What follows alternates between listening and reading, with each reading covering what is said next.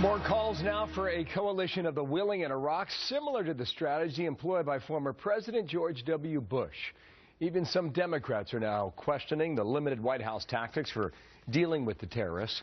New York Democrat Eliot Engel on Fox News Sunday saying that airstrikes are not enough. I think what we're doing now is effective. We've got to do more of it.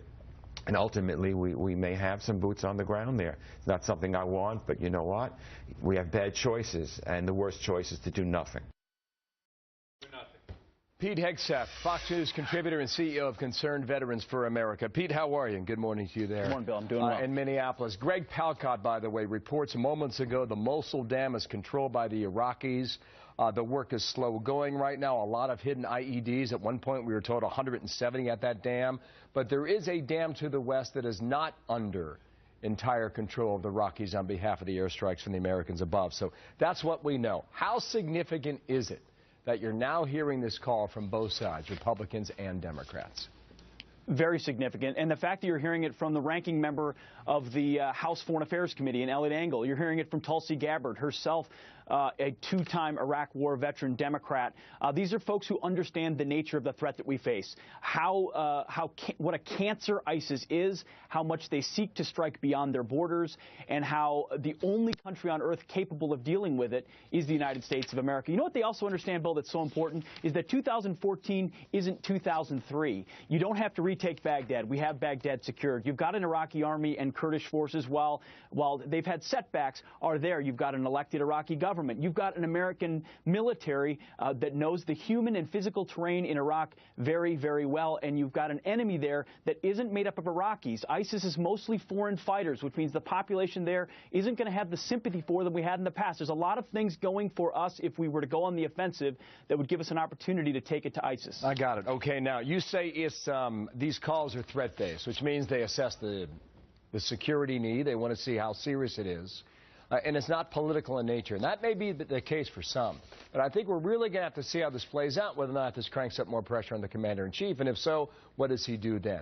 Here's my question, though. Militarily, can ISIS hold any territory? Do we know that? Well, what we know is that they hold certain towns. They are an insurgency that turned into more of a conventional army in certain places, which I was the senior counterinsurgency instructor in Afghanistan. When groups go from a phase of insurgency to an army, they're extremely vulnerable. They've got fixed locations. That's what we've been hitting around the Mosul Dam with targeted airstrikes. So can they hold that terrain in a sustained way? That is very much an open question, Bill. But the longer we wait, the more time we give them to set up defensive positions, fortify, connect those defensive positions, making any assault more difficult. So time is of the essence. Decisiveness, if you want to defeat, is important because holding ground takes time. I'm reading from the Washington Times. A growing number of Democrats charge the White House is making a serious mistake by not declaring all-out war against the Islamic State group. Well, you heard the phrase boots on the ground. Is that eventual? Is that inevitable? If you want to defeat, Bill, as opposed to degrade, you need boots on the ground. That's what Eliot Engel is talking about. It doesn't mean you need division upon division, but you need advisors, likely some trigger pullers at some point. And when you get into the more city centers, and if you've got to go house by house, which is something no American wants to revisit at this particular point, remembering places like Fallujah, which ISIS currently holds.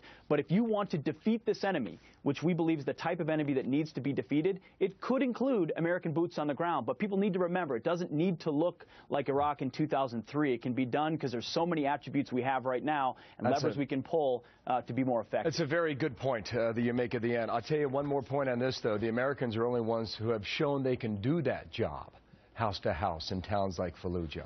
Pete Hegseth, thank you. We'll see what we hear from the White House today. Appreciate your time. Thanks, Bill.